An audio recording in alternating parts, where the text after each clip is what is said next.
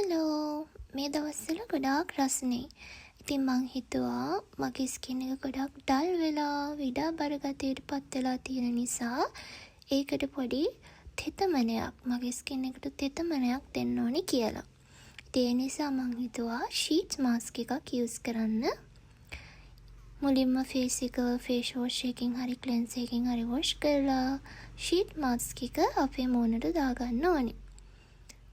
ඉතින් sheet mask එකක් දාන එකෙන් අපේ මූණට ඉන්ස්ටන්ට් ග්ලෝ එකක් එනවා වගේම අපේ මූණේ තියෙන විඩාවර ගතියට ඩල්නස් එකට ගොඩාක් හොඳයි.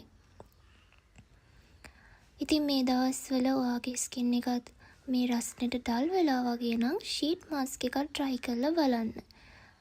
ඇත්තටම ෂීට් මාස්ක් එක දාලා විනාඩි 20ක් තියන්න ඕනේ. ඒත් එක්කම අපේ මූණට හරියම ග්ලෝ එකක් ඒ වගේම සැහැල්ලුවක් විඩාබර ගතිය නැති වෙලා ලැබෙනවා. ඉතින් ඊටු ටික මම මගේ hands වලයි legs වලයි apply කරගත්තා.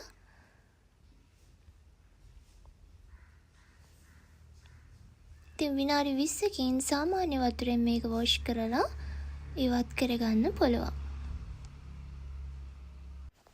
ඉතින් ඔයා try කරලා බලන්න. මූණ wash කරාට පස්සේ cooling effect එකක් ලැබෙයි.